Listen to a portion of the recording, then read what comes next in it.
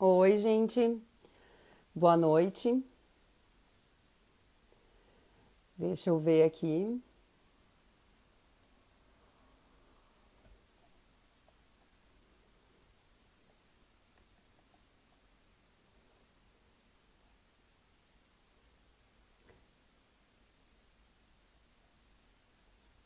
Aqui, vamos convidar o Dr. João.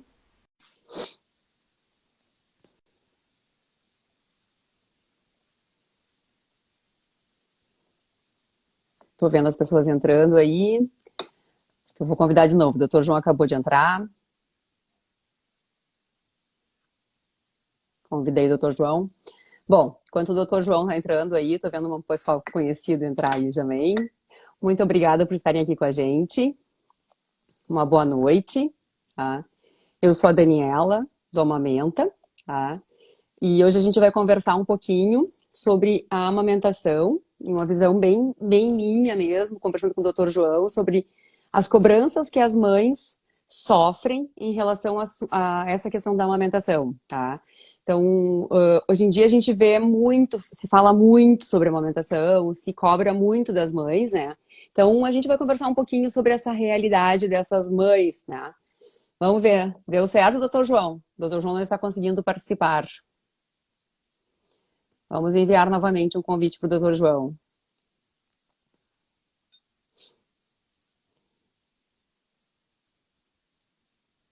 Boa noite, Cláudia. Boa noite, estou vendo bastante gente que eu conheço aqui. Entrou a Mônica, a Aline, a Cláudia, Regina. Oi, Oi, doutor João. Estava eu não dando boa noite para todo mundo aqui. eu não estava conseguindo aceitar a entrada. Bom, em Então, primeiro, eu já... eu, eu Boa... escutei toda a tua introdução. Só vou dar Tá. boa noite para não atrasar a turma aqui. A E eu João queria... é um dos obstetras, junto com a Dani. Vamos ver o que a gente fala de amamentação aí. Primeiro, eu quero dizer que é uma. Eu adoro conversar com o doutor João. O doutor João eu digo que ele é a palavra da razão, a sensatez ali. Daí, quando a gente está com alguma coisa, o doutor João acaba chegando lá e dá uma luz. Então, e é muito interessante, porque sempre se aprende alguma coisa com o doutor João, né? Então, vamos E, lá. Tomara que a gente consiga conversar um pouco mais sobre essa questão da amamentação hoje em relação às cobranças que as mães sentem em relação à amamentação. Dani, Oi? só dar uma introdução aqui que eu estava pensando nisso, porque vira e mexe eu notei um monte de coisas contra a amamentação. Então, em primeiro lugar, eu quero dizer que nós somos absolutamente favoráveis à amamentação. Nós damos o Sim. maior apoio, é muito bom física e emocionalmente para a mãe e para o bebê. O que nós vamos Exato. comentar aqui são algumas dificuldades que não são de muitas pacientes, mas existe essa dificuldade e que ela não tem que se exasperar, ela não tem que entrar em pânico. Então, essa é a ideia da conversa de hoje. E o nome, então, em suas cobranças. Tem muita cobrança, né? A cobrança, e principalmente a cobrança da mãe Para para ela mesma. ela mesma, para o seu nenê. Né? Então, eu queria dar essa ressalva, porque de repente se fala, isso não pode, isso não dá, isso. Tá bom, mas vamos tentar passar por cima. E se não der, tá bem, vamos tentar aliviar o coração dessa mãe para ela não ficar tucanada. Exatamente. Bom, eu estava conversando algumas coisas que eu comento assim e algumas coisas que eu comento sobre as diferenças que a gente tem, assim, às vezes chega a mãe com o bebê e com a avó para atendimento e elas dizem, mas no nosso tempo não tinha nada disso e é totalmente diferente. E várias vezes em lives o senhor com o Gustavo aqui falando sobre as questões em relação ao parto, as mudanças que a gente tem na realidade que é um parto hoje e o que era há um tempo atrás, né? Então eu comento assim, olha, quando eu nasci, não existia a mãe ficar com o bebê no quarto. O bebê nascia e ele ia para o berçário e eu sempre digo, olha, eu não estou falando que isso é o certo, que hoje sabe, eu digo, isso era o que existia. Então nós tínhamos mães que viravam mães e daí a cada 2, 3 horas, sei lá, uma enfermeira trocava a fralda daquele bebê, levava para essa mãe no quarto, a mãe amamentava, a enfermeira já pegava, inclusive, quase que para arrotar e levava para o berçário de novo. Então, essa mãe recebia a visita, entre aspas, do seu bebê a cada X tempo, né? E hoje não, hoje as mães já têm a golden hour, o bebê nasce, já vai para o peito, já o máximo de contato possível, fica no quarto com os pais, o que é excelente, Mas, ao mesmo tempo, eu noto que as mães saem do hospital já muito cansadas.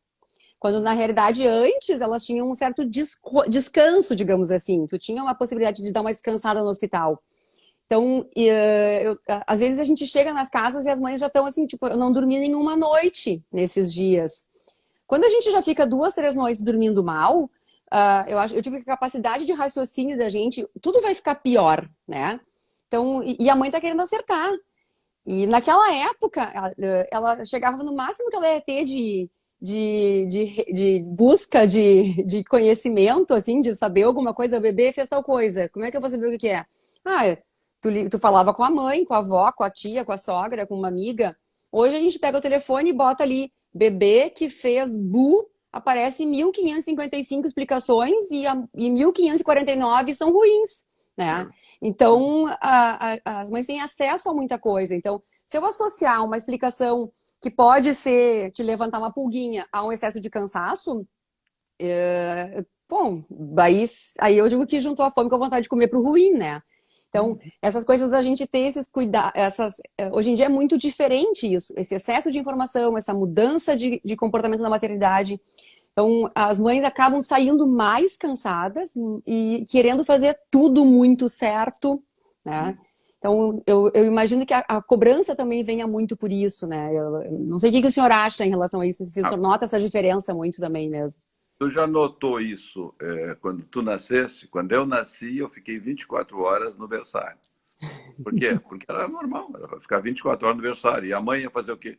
Ia cuidar dela, ia cuidar das coisas dela e no hospital e depois recebia o nenê.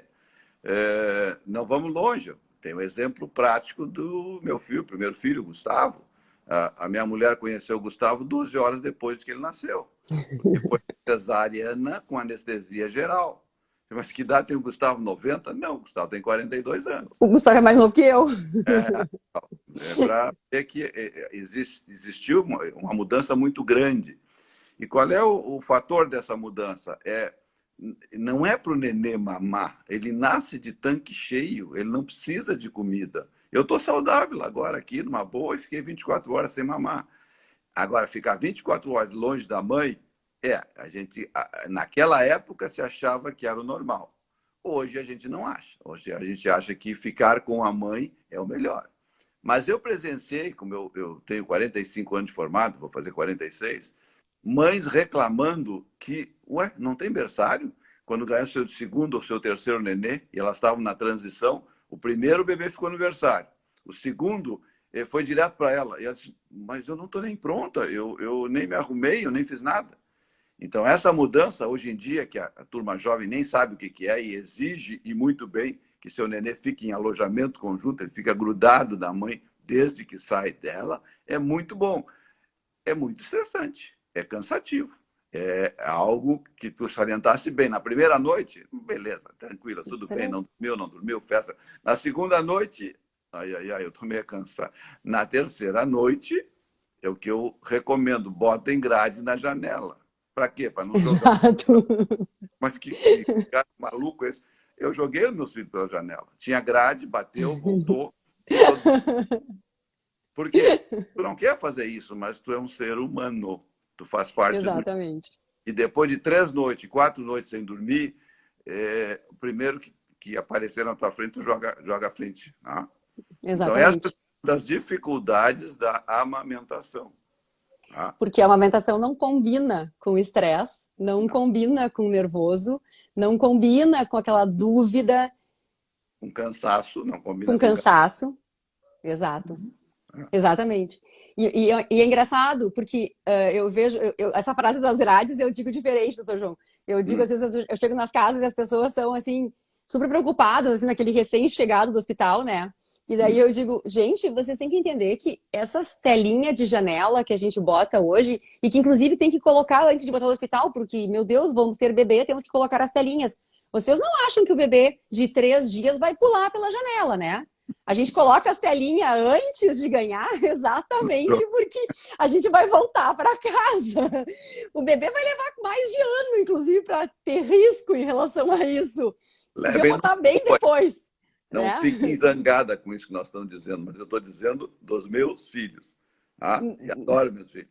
Faria tudo de novo. Exato. Quem já Aqui. teve sabe presenciar o que eu estou dizendo.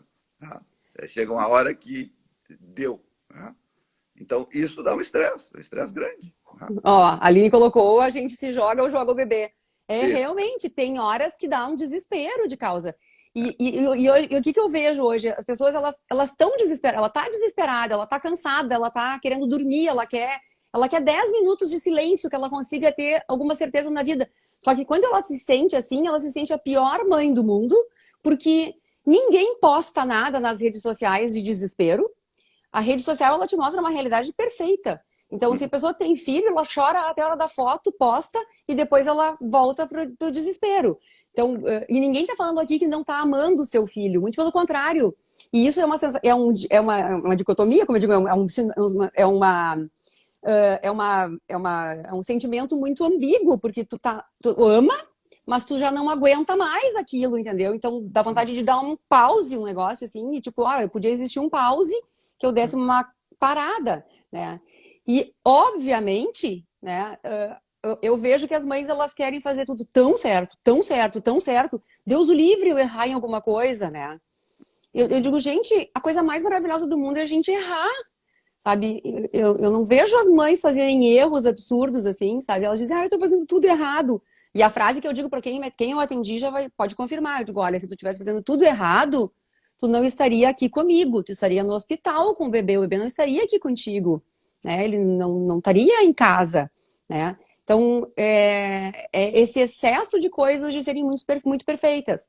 A outra que eu tenho, a gente fala sobre que a amamentação tem que ser muito boa, ela não pode ser uma coisa desesperadora do tipo, eu tenho que fazer da tripa coração e eu vou amamentar de qualquer jeito e não sei, sabe? E então, eu Dani, vejo que oi? a palavrinha prazer, ela tem que ser prazerosa. Amamentar Exatamente. dá prazer para a mãe e para o nenê. Isso é fundamental. Tá? Se não for assim, repense, vê o que está acontecendo, se a estrutura em volta está difícil, se tu estás com alguma dificuldade, ou própria, tem pessoas que têm mais dor que outras. Eu tenho pacientes que vão fazer uma mamografia, elas choram quando vão apertar a mama. E não é de fiasco, é porque elas têm uma dor aumentada. Tem mulheres que têm dor aumentada no mamilo. De repente, vai ficar difícil dar de mamar. E ela não se torna nem um pouquinho pior mãe por isso. Até o contrário, se realmente ela for dar de mamar com dor, se sentindo mal e na obrigação de dar de mamar, ela não está sendo uma boa mãe, com certeza. Você sabe que eu atendi agora esse tempo atrás, não atendi de verdade no atendimento da consultoria, ela estava precisando de uma cicatrização no mamilo. Ela disse que os piores 15 dias da vida da filha dela foi até ela resolver que ela ia tirar o leite dela com máquina tira-leite e entregar o leite para a bebê em mamadeira. Porque ela disse que foi angustiante, foi um horror. Ela disse que tinha no mínimo 3, 4 pessoas em volta dela cada vez que ela ia amamentar. Alguém segurava isso, alguém apertava o peito, alguém não sei o que. Ela tinha dor, a bebê chorava, a bebê não ganhou peso. E aí ela resolveu que ela disse que deu uns 5 minutos de lucidez nela, assim. Ela disse, olha só, o melhor para minha filha é o meu leite. Então chega, eu não vou aguentar isso. E foi um alívio tão grande para mim aquilo, porque daí eu comprei uma máquina tira-leite que foi muito boa, eu comprei uma máquina muito boa, e eu tiro o leite a cada vez que a bebê vai mamar, e eu estou ofertando o leite para minha filha na mamadeira. Sou eu que faço isso, ela me disse. Então, ela disse assim, olha, eu me realizei, eu estou amamentando a minha filha com o meu leite da melhor forma que eu consegui. E agora tá ótimo. Tava tão bem que ela esqueceu a máquina tira-leite na mama, porque ela é uma máquina que fica sozinha, e ela acabou me procurando para fazer uma aplicação de um laser, porque a máquina ela deixou tempo demais. E aí ela acabou se machucando, entendeu? Então, tipo, tava super tranquilo para ela isso. Eu achei ótimo, porque às vezes as pessoas ficam naquele martírio que Deus o livre eu dar um leite extra pro meu bebê, eu colocar uma madeira no meu bebê, e aí fica 2, 3 meses numa sensação de desespero. E é óbvio que esse bebê vai precisar de complemento, porque essa mãe não vai estar bem. Né? E a primeira coisa para uma alimentação dar certo, no meu ponto de vista, não sei se o senhor concorda comigo, é mãe bem, bebê bem. e a amamentação pode ocorrer bem. Agora, se a mãe ficar muito agoniada, muito angustiada, muito nervosa, sem sentir esse prazer na amamentação, a tendência é que isso não vai dar certo, né? Então, E o bebê, e o bebê sente. Esponjinha. Ele sabe direitinho se nós estamos angustiados ou não. Existe várias vezes eu presenciei isso, de uma mãe que estava com dificuldade de mamar, como todas no início têm, tá? Dificuldade de mamar, de dar para o seu bebê aquilo que ele queria, até porque o bebê, lembrem, não sabe dizer, mãe, eu quero tal coisa. Não, ele chora. Ele chora. E a mãe atrás. Eu vi uma cena assim que explica bem a angústia da história. Que eu estava visitando uma paciente que ela precisou de outra coisa e na hora da amamentação, o nenê chorava, o pai estava junto e tinha uma menina servindo a casa. Tá? E aí eu disse, dá um pouquinho para a fulana o nenê. Bom, aí sim é que a mãe chorou mais ainda, porque o nenê se acalmou. Tá? E ela confirmou aquilo que é mentira, que não é verdade, mas que na cabeça dela estava, eu sou uma péssima mãe, eu não acalmo meu nenê. Então tem que se dar conta disso, de que para acalmar o nenê, tu tens que estar calma. Exatamente. Ou qualquer uma pessoa, mesmo de fora da família, que não tem nada que ver, pega o nenê, não é que ela é mágica, não, ela está calma, ela está tranquila. E o nenê sente isso. E se acalma. Tá? Então, o idealizar a amamentação é muito preocupante. Assim, eu peguei uma folhinha aqui, porque eu botei algumas comparações, assim como idealizar um parto via vaginal. Exatamente, eu ia dizer. Estamos ralados. Por quê? Porque se não for, eu não sou mulher, eu não sou isso, eu não sou aquilo, eu não sei, tenho termos para tudo que é. Hoje em dia, a ideia do parto normal é mãe e bebê bens depois do nascimento.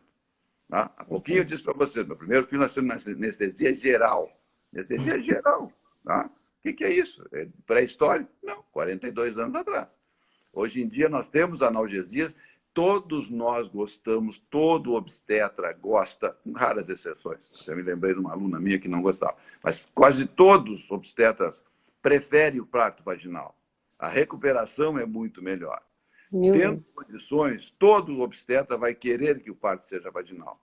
E se não for, não entre em pânico, não se frustra, vai ser uma cesárea legal. E na amamentação, eu coloco parecido. Queiram amamentar, façam força para amamentar, tenham vontade de amamentar. Mas se não der, me dá uma situação que não dá. Olha, quem fez mamoplastia tem em torno de 15% de chance de não amamentar.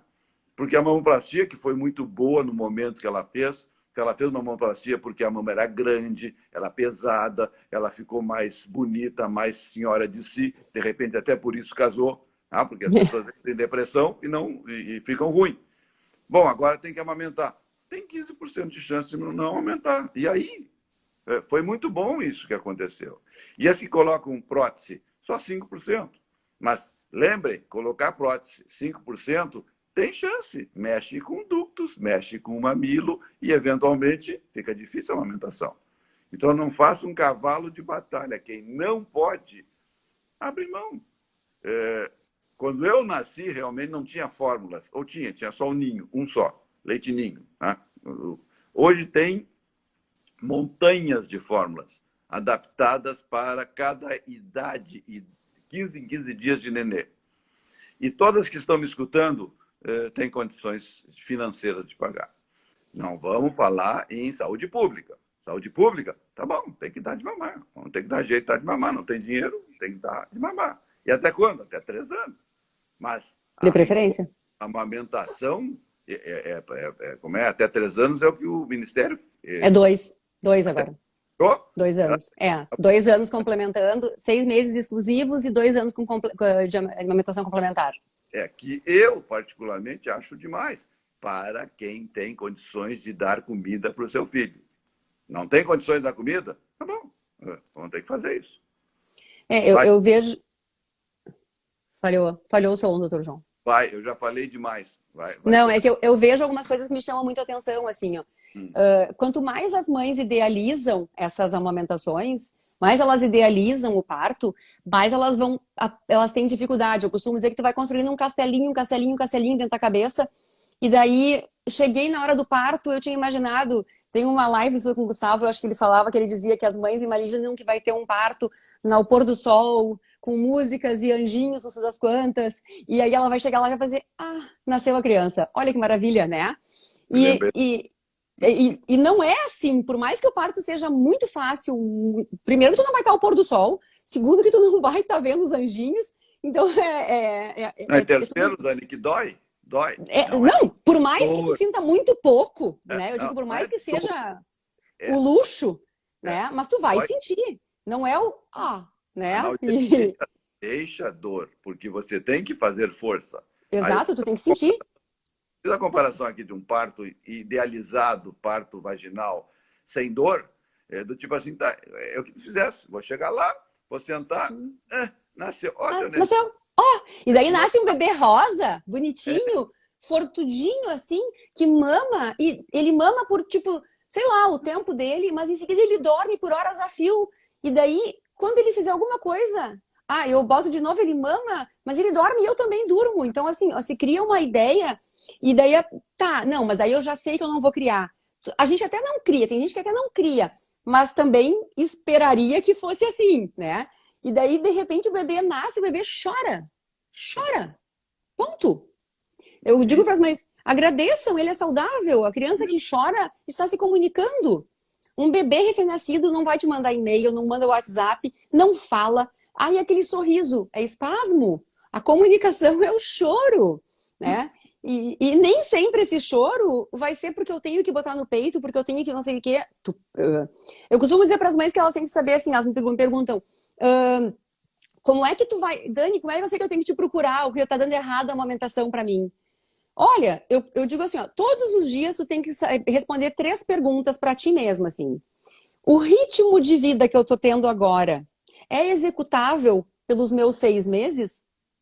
Se tu me disser, e independente se ela tá amamentando 24 horas por dia corridas, assim, ou se ela tá amamentando 5 vezes de 10 minutos, não sei, tá? Mas eu tenho que me dizer assim, bata, tranquilaço para mim, eu vou 6 meses tranquilo, não tô me sentindo sobrecarregada, tá ótimo, tá perfeito. A segunda pergunta, tu não tá tendo dor na amamentação, dor, tipo, tô fazendo muita lesão, dor, desconforto, incômodo? Não. Então não tá machucando o mamilo? Não, tá ótimo, perfeito. O teu bebê é um bebê que tá bem nesses intervalos, tá tranquilo? Sim, um amor. E, finalmente, tu não vai conseguir saber todos os dias, mas quando a gente vai na pediatra, o bebê está ganhando peso dentro da linha de crescimento de cada bebê, né? Está fazendo isso? Gente, relaxa, tu não precisa de ninguém mais, tá ótimo. Agora, se aquela primeira pergunta, esse ritmo tá bom para ti, for, eu aguento isso por uns 5, 6 dias, mas depois eu quero que a coisa melhore. Não, gente, não é assim, eu não consigo mudar isso. Então, a amamentação ela é muito subjetiva, ela é muito instintiva tu tem que confiar muito em ti, tu tem que perceber o teu corpo, perceber o teu bebê. Não existe uma regra, não existe uma receita do tipo, o meu bebê quando nascer, ele vai chorar em tal horário, eu vou amamentar em tal horário. Então a gente vai ter que ir descobrindo isso com os bebês, mas respeitando principalmente a mãe. Porque se eu não respeitar essa mãe, eu não vou conseguir fazer dar certo a amamentação. A frase que eu digo é assim, ó, a mãe é a fonte mantenedora dessa criança. Então, se eu matei a fonte, ninguém mais tem nada dali, né? E eu não posso matá-la nem no cansaço, nem falta d'água, nem falta de comida, né? Eu digo assim, ó, que meu primo que cria vaca no interior, ele diz, vaca estressada não dá leite, vaca cansada não dá leite, né? E se eu economizar na ração dela, também eu tenho pouco leite. Então, por que a gente vai fazer isso com as mães, né? Então, eu digo, gente, a mãe é a prioridade. O bebê vai ficar bem se tudo fica bem. Então, se eu sobrecarregar essa mãe, acabei com a fonte. E, ao mesmo tempo, eu vejo mães que tiveram... Agora, essa semana eu atendi uma mãe que veio encaminhada por uma médica que, assim, ela teve... Era o segundo filho, se não me engano. Primeiro filho, não tenho certeza agora. Mas ela teve retirada... Não, o primeiro filho. E ela teve retirada de vários nódulos da mama. Mas foram muitas cirurgias, foram 3 ou 4 cirurgias, para retirada de vários nódulos. Então, ela retirou uma área significativa e teve vários cortes ao redor da areola ali. Então, a médica tinha já dito para ela, olha, existe um risco da gente ter uma dificuldade na amamentação, beleza. E ela tava com uma mama super produtora, mas tu não exteriorizava aquele leite, o que a gente chama de mãe produtora não exteriorizadora do leite. E ela tava já com febre, com dor, ela não conseguia deitar nem de barriga para cima, nem de lado, de bruços, nem pensar. O bebê estava vindo para o peito dela machucando horrores, as mamadas eram intermináveis e a criança estava sem fazer xixi, mamando no peito. Ou seja, a gente tem um problema aí, né? E aí ela dizendo assim, tá aí, e que tu me diz? Eu digo, olha, eu posso te dizer que a princípio realmente talvez a tua cirurgia tenha realmente dificultado a saída. E qual é o grau de desconforto que tu estás tendo? Porque não sou eu que vou te dizer que tu pode seguir isso ou não seguir, mas hoje, estamos na apojadura, a gente tem uma apojadura, uma descida de leite, que a mama está bem significativamente grande, mas não tem saída de leite. Né? Mesmo com o uso de ocitocina nasal, mesmo com várias coisas, a mãe não tinha a ejeção do leite. Tá? Então, Dani, do tipo, né? Oi? Dani, Oi. repete os três questionamentos para as mães que estão conosco anotarem, porque é fundamental isso que tu colocaste. Repete, quais são as três perguntas que tu faz? Eu sempre digo, tu tem que responder todos os dias. O meu ritmo de vida hoje, da forma como está a minha rotina, ela está tranquila para eu executar isso por um longo período, que são 6 meses? Já Sim. vou falar o seguinte, aquela primeira que tu fez de factoide, 24 horas dando de mamar. Impossível, não existe. Tá? Não existe. E o bebê não ganha peso, nesse caso. Não vai perder peso. E ela vai entrar em pânico. Qual é a segunda? O bebê não está me machucando. Eu até posso sentir uma sensação da mamada, mas não tenho dor, eu não tenho desconforto, eu não tenho mal-estar, eu não tenho nada disso na amamentação. Não está ruim. Pega na mamada do bebê. Dá um pouquinho de dor e alivia, tá certo? Tá. Exato. A mãe tem. E a terceira o meu bebê. Não, são 4. Na verdade, eu digo que são 4, né? Mas as diárias que a mãe mesma se faz entre as mamadas, no intervalo que o bebê não tá comigo mamando, ou eu noto que é um bebê que tá tranquilo, que é um bebê que tá bem, né? Perfeito. Aí ele tá fazendo xixi, tá fazendo cocô, né? Então, tu vê que é um bebê que tá bem. Claro que a gente sabe que um bebê com, sei lá, 15, 18, 20 dias começa a ter aqueles gases que se incomodam. Eles têm um... Tu vê que é aquela criança que tá fazendo... Daqui a pouquinho faz um punzão, assim, e se alivia.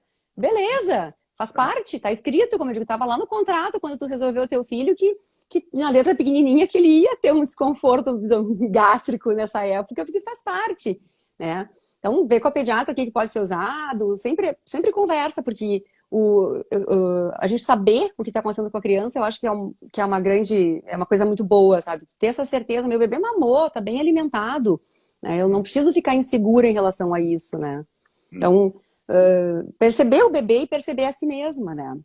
Então, uma coisinha que eu gostaria de comentar, que eu tomei nota aqui, é sobre pediatra. Tá? O pediatra tem que ser, assim como o obstetra, aliado da mãe para o nenê mamar legal. Porque, infelizmente, há bastante tempo atrás, nós já temos pediatras bem diferentes, mas ainda não é o mesmo foco. Do tipo assim, eu briguei com vários pediatras, porque eu queria que, naquele momento, a mãe amamentasse menos, fizesse alguma coisa diferente, e ele só me dizia, mas o neném não ganha peso, e eu não vou dar fórmula para ele. Tá bom, era um tempo em que as fórmulas eram mais complicadas. Hoje em dia não tem esse motivo. A mãe tem que estar bem, ela tem que usar a palavrinha de novo, ser um prazer dar de mamar. No primeiro dia assim? Não, no primeiro dia pode ser um pouquinho diferente, mas não pode ser às 24 horas, não pode ser dor de chorar, não pode, o nenê tem que tu olhar e dizer ele está bem, ou então com quem é que vocês falam? O pediatra. Mas ele não me responde, troca de pediatra. A mesma coisa, liga para o obstetra. Olha aqui, ó, eu estou mal disso. O obstetra não atendeu? Troca de obstetra, tá bem. Vocês têm o direito de, nesse momento que nasce nenê, pelo menos nos primeiros 7 dias, ter assistência integral. Porque realmente todas, ou quase todas, ou de primeiro nenê, estão assustadas, estão com medo. Exato. E o pai do nenê, mais ainda. Tá? É. Que bom que às vezes tem uma avó, uma tia, alguém que possa ajudar, que dá um apoio. Então, o senhor sabe, doutor João, que é engraçado? Em relação, o senhor falou mãe de primeira viagem aí, né, que está apavorada. Uma coisa que me chama muita atenção, as mães de primeiro filho, elas têm esse medo desesperador de que, meu Deus, eu vou fazer a criança vai se quebrar no meio e eu perdi meu filho.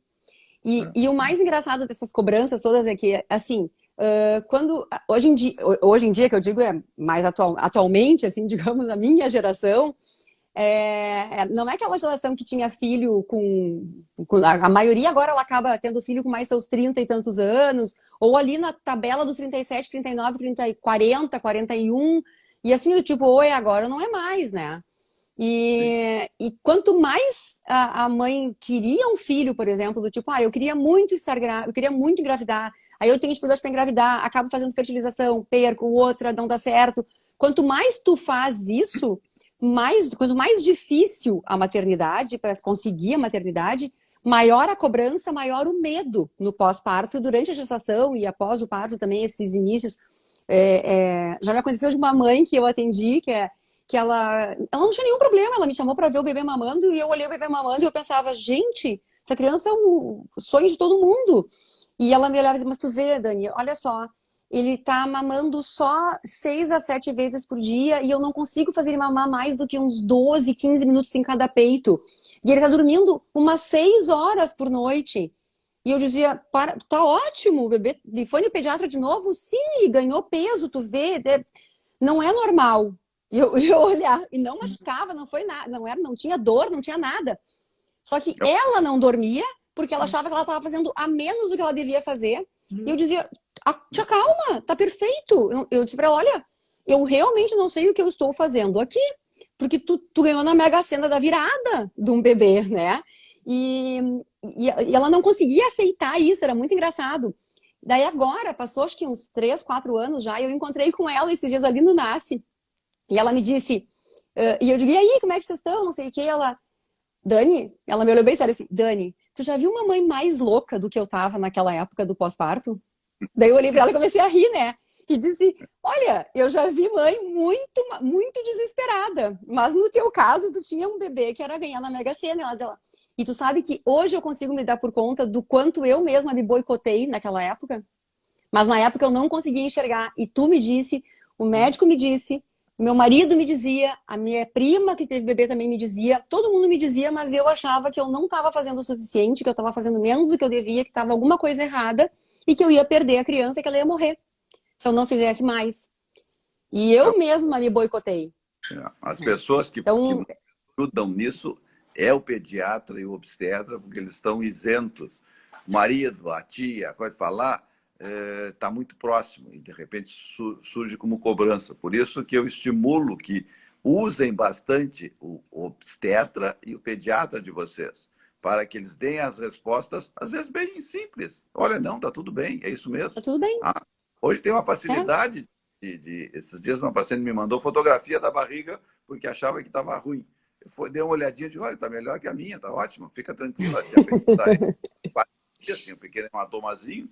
Então, outra coisa, medo de que o nenê vai morrer, todos nós temos. E eu estou me incluindo e eu não amamentei. Né? Eu fui só pai. Tá? Mas eu era obstetra, 3 anos de formado, então um obstetra novinho, mas eu fui com o espelho no nariz do nenê para ver, do Gustavo, para ver se ele estava respirando. Tá? E realmente eu sabia que estava tudo bem, estava tudo ótimo, estava tudo legal. Mas medo. Tem medo, faz parte. É a coisa mais preciosa que nós temos e nós não queremos perder. Então, exatamente. Agora, quanto mais atucanado estivermos, mais chance tem de nós fazermos besteira, bobagem. Exatamente. E a outra coisa que me chama a atenção é assim, ó, mãe de segundo, terceiro bebê, agora a gente não vê muito mais além de terceiro, mas eu vejo 2, 3 filhos, ainda é... Terceiro tá difícil, até o segundo. Não é muito fácil, mas esses dias eu até atendi uma mãe com terceiro bebê. E eu atendi uma com 5, faz uns 4 anos, olha, aquela foi o meu recorde. Mas assim, ó, segundo filho, tá? O que eu noto também? Tu tem a experiência do primeiro. mas tu tem o primeiro. O primeiro tá ali. E as pessoas hoje em dia, elas não têm aqueles filhos do tipo, não é um por ano, mas também não vai ter um filho com 16 anos e daí tu vai ter o outro. Normalmente se organizam para ter um próximo do outro, 2 anos, 3 anos de diferença. 2 anos de diferença, a gente tem um bebê recém-nascido e a gente tem uma criança de 2 anos que é um bebê. Né? 2, 3 anos, ela é um bebezinho ainda, ela é uma criança muito pequena. E aquela criança pequena vai cobrar a atenção dessa mãe também. Então eu digo assim, ó, tu tem todo o conhecimento daquele primeiro e tu ainda tem o primeiro. Tu não guardou a primeira criança, tipo, eu vou deixar ela lá numa colônia de férias por 6 meses e depois ela vem. Não existe isso, até porque as mães não iam conseguir fazer isso, né? Então, tu vê, porque tava um pouco mais... Sim, a primeiro filho, quando a criança dava uma dormida, tu dormia. Agora, no segundo, tu tem o primeiro lá, que vai te querer atenção, tu vai amamentar esse aqui, e o outro tá subindo em cima, e tá não sei das quantas, e tá pedindo mãe, não sei das quantas. Então, isso cobra muito das mães também, elas querem fazer... Ou então, o primeiro eu consegui amamentar por 2 anos, agora com 3, passou um ano, eu tenho outro filho, eu quero fazer o mesmo com esse, eu não posso fazer diferente. Olha, gente, a gente não sabe o que aconteceu em 3 anos. Em 3 anos acontecem muitas coisas. Né? De 2019 para 2021, a gente vai ter diferença tipo bicho, né? Ninguém estava usando máscara na rua, ninguém estava em pandemia, ninguém estava não sei das quantas. Então, muda muito a realidade dessas mães. Então, não se cobrar para ser exatamente igual. Eu já atendi o contrário, uma mãe que não conseguiu aumentar no primeiro filho, e no segundo ela me procurou e disse, eu quero muito tentar essa vez, eu quero com a ajuda desde o início. E quando deu certo, o bebê mamava e ela me dizia, será? E daí passou uns dias, ela me ligou e me disse, Dani, posso te dizer, eu tô com peso na consciência, porque eu não tive uma ajuda assim quando nasceu o primeiro filho e eu não conseguia amamentar o fulano. E agora que tá dando certo com o ciclano, eu tô me sentindo culpada por não ter feito isso na vez do primeiro. Daí eu disse, gente, vamos imaginar que tu não tivesse acesso a isso, ou tu não sabia que existia, ou se tu pegou uma pessoa, sabe, foi uma época diferente para ti. A gente não tem como se culpar porque o primeiro eu tive mais dificuldade e não consegui, e o segundo tá indo. Sabe? Que bom que o segundo tá indo. Vamos curtir essa situação, essa sensação do segundo tá indo, tá ótimo, né? Tem uma menina que entrou aqui, ela tem uma frase que eu gosto de usar com essas mães, do tipo, ela diz assim, a Grace tá aí, eu vi que ela entrou. Ela tem uma frase que ela diz assim, 10% de alguma coisa é melhor que 100% de nada. Então, gente, curtam cada momento com o filho de vocês. Às vezes vocês ficam sofrendo tanto por uma coisa que o 5º dia de vida do bebê passou e tu não aproveitou. E daqui a pouco tu diz, meu Deus, tá com 2 meses e eu tô numa sofrência aqui. A Alice me perguntou qual é o momento ideal para chamar uma consultora de amamentação. Aline, se alguma daquelas perguntas que tu fez para ti mesma, né, tu respondeu o que não era esperado, tipo, eu não consigo tocar essa realidade, essa rotina. Eu tô com alguma dor, algum desconforto, que não é aquela coisa, tipo, o bebê sente mamar os primeiros 15, 30, 40 segundos ali, tu sente um desconfortinho e depois a coisa engrena. Ou eu tô com alguma lesão de mamilo, ou não tá legal a minha vida aqui na amamentação. O bebê não tá tranquilo, não tô tranquila. Esse é o momento, tá? Na hora que tu... eu vou esperar calejar. Eu digo, olha, se fosse para calejar o mamilo, a gente podia passar uma lixa nos primeiros dias, que daí era mais rápido. Não é calejar. É que às vezes os bebês se engrenam. Antigamente se fazia isso, é proibido fazer, né? É proibido fazer. Eu sempre digo assim, ó, não se... As pessoas me procuram às vezes, porque meu mamilo é invertido, meu mamilo é curto, eu quero saber o que eu posso fazer já para deixar ele para fora. Nada, não faça nada. Nada, nada, nada. A preparação para amamentação é cozinhar e deixar a comida congelada, para ter menos trabalho no pós-parto. Só isso. Né? Deixa ele nascer. Depois que ele nascer e quiser pegar, aí nós vamos ver o que tem que fazer. Exatamente. Invertido requer um pouquinho de cuidado. Certamente, qualquer uma que tenha mamilo invertido, eu até diria, olha, já é bom consultar uma orientadora. Para a gente conversar. Isso, conversar. Agora, nem o plano, mamilo plano, toca a ficha, vê como é que fica. Mas essas tuas perguntinhas, a resposta dessas tuas perguntas é fundamental. Elas têm que estar bem. A Cristina colocou uma coisa ali em cima também, falando sobre a questão das pessoas ao redor pressionando para usar uma mamadeira para a mãe descansar. Eu costumo dizer que o ideal para cada mãe é a gente ter uma rede de apoio e não rede de agouro. né? Uhum. E a gente tem que entender cada mãe. E as mães também têm que saber dizer o que elas querem realmente. Porque senão fica assim, eu queria que ajuda. Daí vem o doutor João me ajudar, que é meu tio, meu pai, não sei, minha família vem me ajudar. Só que quando a gente sai da casa da gente, da mãe da gente, dos pais da gente vai para casa da gente, a gente começa a criar rotinas dentro da casa que são diferentes, de repente, daquelas que a gente tinha na casa dos pais da gente. Então eu peço que ele coloque a água assim, e ele faz assado. Às vezes não é um problema isso, mas eu já tô cansada, eu já tô preocupada, eu já tô não sei o quê. Se tu colocar água assado e eu queria assim, aquilo vai me estressar tanto que eu acabo abrindo mão da ajuda, porque eu já não tolero mais as coisas diferentes do que eu queria. E aí fica pior ainda, porque tu vê, agora não tem mais ninguém me ajudar, porque agora tem que cuidar da casa, porque agora tem que cuidar não sei o quê, porque agora tem não sei o quê. Então, calma, gente, saibam pedir. E a rede que está em volta saiba ajudar da forma correta. Essa mãe tem leite. A Cris que perguntou sobre isso, a Cris é uma mãe que ela jorrava leite. A gente tinha... O problema dela era ter muito leite, inclusive. Amamentou super bem, tá amamentando ainda e não foi fácil a história dela, foi muito complicada. Ela teve várias complicações, não só em relação à amamentação. A amamentação se estabeleceu e ela teve uma questão vascular muito grave, e daí ela acabou tendo que fazer um monte foram 1000 peripécias. E então, assim, se ela não tivesse ela muito fixa na ideia que ela vai conseguir, eu vou conseguir. Pô, no final do ano passado, eu tava em Jaguari, na casa dos meus pais, no Réveillon, e ela me ligando e a gente montando estratégia para como fazer a coisa dar certo e pensando em como é que ia funcionar essa função toda. Então, as pessoas pressionarem do tipo, não, mas não tem que descansar mais. Tá, mas já me perguntou se eu vou ficar bem se eu fizer isso? Quem sabe tu te oferece para arrumar o almoço, servir, pegar para dar o banho, pegar para rotar, trocar a fralda antes de eu amamentar, sabe? Essa coisa de ficar do lado enquanto eu posso dar uma dormida sem ter o bebê por perto, porque se eu não tiver o bebê por perto, eu não vou ouvir o barulhinho dele, não vou me atucanar, eu vou dormir melhor. Se eu souber que tem alguém cuidando para mim, nessa hora eu vou dormir melhor. Então, usar essa rede de apoio da melhor forma possível, sem se sentir, tu vê, eu larguei agora com a fulana para eu dormir, eu sou a pior mãe. Não, tu não é, tu precisa ter dormido para ser boa. Se tu não dormir, tu não vai ser boa. Então, usa essa tua rede de apoio. E rede de apoio, sejam rede de apoio mesmo, sabe? Não mudar. O doutor João e a doutora Vera, então, tiveram o Gustavo, e daí tu vê, que horror, fizeram isso. Gente, o filho é deles. Eles que vão decidir como vão conduzir essa situação. Então, respeitar as famílias, eu acho que hoje em dia falta muito isso. A gente tem tanta visibilidade nas redes de todo mundo que a gente acaba não tendo essa coisa da mãe viver o seu maternar da forma como ela acha que é melhor para ela, né? Para a família. Eu tenho dito para todas as pacientes, eu tenho repetido para todas as pacientes que elas recebem informação minha, tua, da Dinho, do Gustavo, da enfermeira, da que está limpando o quarto, porque também teve filhos, e escuta todas, e faz o que tu acha melhor.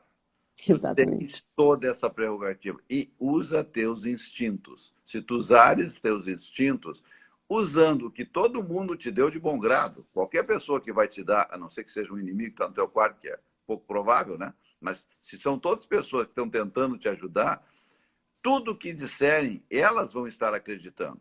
Pode ser até que um concorde, outro não concorde. Agora, quem vai executar és tu. Então, vê o que tu sente e aqui eu vou usar o que fulano disse. Aqui eu vou usar o que ciclano disse. Ou aqui eu não vou usar nada disso porque eu acho que tal. E, em geral, vai estar certo. Eu Então, também digo isso. Tem que outra... usar seus critérios. Para nós finalizarmos aqui, doutor João, que a gente está estourando o nosso tempo hoje, Sim. Uma das coisas que eu sempre digo, assim, que é muito engraçado, porque na nossa época, na minha época, por exemplo, nascia, tava lá chorando, tava bem, acho que contavam os dedos, olhavam e diziam, tem 10 tem 10 na mão, 10 no pé, nasceu bem, tá ótimo, né? Não. Acho que era isso, não era, tipo assim, não tinham grandes exames, grandes coisas. Hoje a gente conhece a cara do bebê antes de nascer, quase, com as ecos que a gente tem, né? Então mas agora entrou uma mãe aí que eu conheço e ela e todas as ecos foram tudo normal, um casal top, assim, super esforçado, um marido muito parceiro. E o bebê nasceu e eles acabaram ficando uns 7 dias internados no hospital, porque o bebê nasceu com uma lesão na pele, no rosto e no pescocinho. Quando nasce aquele bebê, o primeiro filho, sabe? Aquela coisa do tipo, eles se prepararam para o primeiro filho, e daí nasce a criança e a primeira, o que é isso? Isso eu não sei o que, mas pode estar ligado a uma síndrome neurológica, não sei das quantas, com déficit cognitivo, com perda de visão, com não sei o que.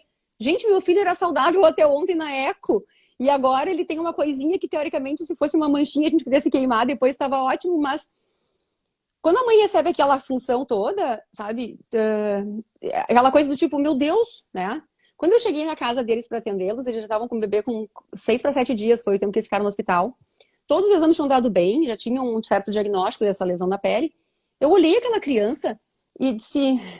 Aquela criança, assim, que tu olha e tu diz, gente, essa criança tá muito saudável, um baita de um touro, um piá gigante, assim, um tourinho mamando, sabe? E daí tu começa, não, mas então, se ele tiver algum problema, é importantíssimo que eu amamente ele tem que tomar muito leite materno, porque se ele não tomar muito leite materno, tomar fórmula, não tem imunidade, imunidade é importante. E daí começa a vir as outras coisas todas.